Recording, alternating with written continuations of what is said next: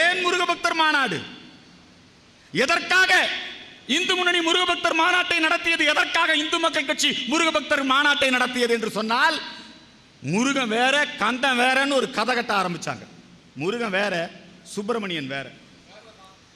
வேறதான் இப்போ அண்ணா அடிச்சு சொல்றாரு. முருகன் வேற சுப்பிரமணியன் வேறன்னு சொன்னவர் இவரே தான் சொன்னாரு. ஆதி சங்கரர் அவருடைய நோயை குணப்படுத்துவதற்காக திருச்செந்தூருக்கு வருகை தந்து சுப்பிரமணிய புஜங்கம் பாடினார்.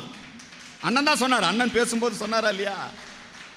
எங்கள் குமரகுருபரர் 5 வயதிலே முருகனர்களால் பேசும் ஆற்றல் பெற்றவர், கந்தர்களி வெண்பா பாடியவர். இந்த மதுரையிலே வந்து மலையத்வஜன் பெற்ற மகளே வருக என்று மீனாட்சி அம்மை பிள்ளைத்தமிழ் பாடி அன்னை மீனாட்சியே நேரடியாக வந்து கிருஷ்ணதேவராயருடைய கழுத்திலே இருந்த, மன்னிக்கணும், அன்றைக்கு இருந்த நம்முடைய மன்னர் திருமலை நாயக்கர் கழுத்திலே இருந்த அந்த முத்துமாலையை அன்னை மீனாட்சியே நம்முடைய குமரகுருபரருக்கு அணிவித்த அற்புதங்கள் நிகழ்ந்த மண் இந்த மதுரை மண்.